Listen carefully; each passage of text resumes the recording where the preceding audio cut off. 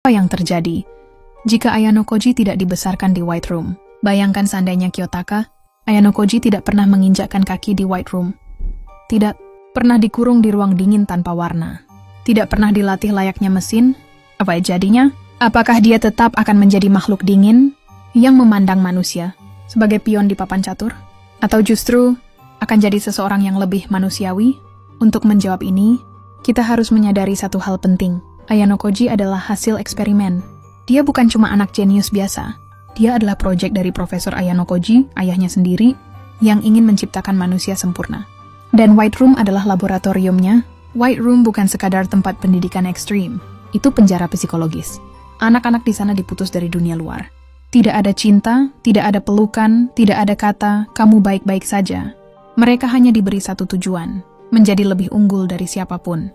Gagal sedikit, hancur. Emosi, musuh, teman, ilusi. Lalu coba bayangkan jika Ayano Koji tidak dikurung di sana. Ia akan tetap cerdas, tapi dengan perasaan.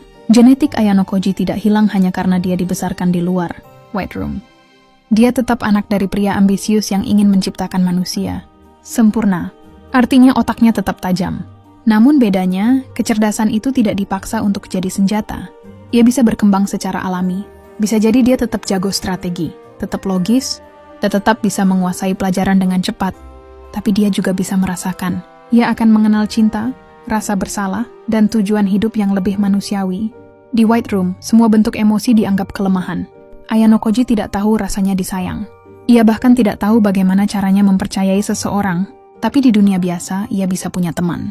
Ia bisa bermain. Ia bisa gagal dan belajar tanpa takut dihukum. Ia bisa menangis tanpa merasa rendah. Jika ia dibesarkan dalam keluarga normal, meski ayahnya tetap ambisius, tapi dengan lingkungan yang memberi ruang untuk tumbuh, ia mungkin tetap jadi pribadi yang pendiam. Namun, bukan karena trauma, melainkan karena karakternya memang tenang. Ia bisa belajar arti empati. Ia bisa punya sahabat, mungkin jatuh cinta, mungkin bahkan ingin melindungi seseorang bukan karena strategi, tapi karena tulus ingin menjaga. Ia tidak akan melihat manusia sebagai alat. Salah satu ciri khas Ayano Koji di serial Classroom of the Elite adalah cara pandangnya yang sangat mekanis terhadap orang lain. Semua orang adalah alat. Semua hubungan punya tujuan. Tapi kalau ia tumbuh di lingkungan normal, dengan pengalaman sosial yang sehat, sudut pandangnya akan berbeda. Dia mungkin tetap logis, tetap tak mudah percaya, tetap rasional, tapi dia tidak akan sekejam itu.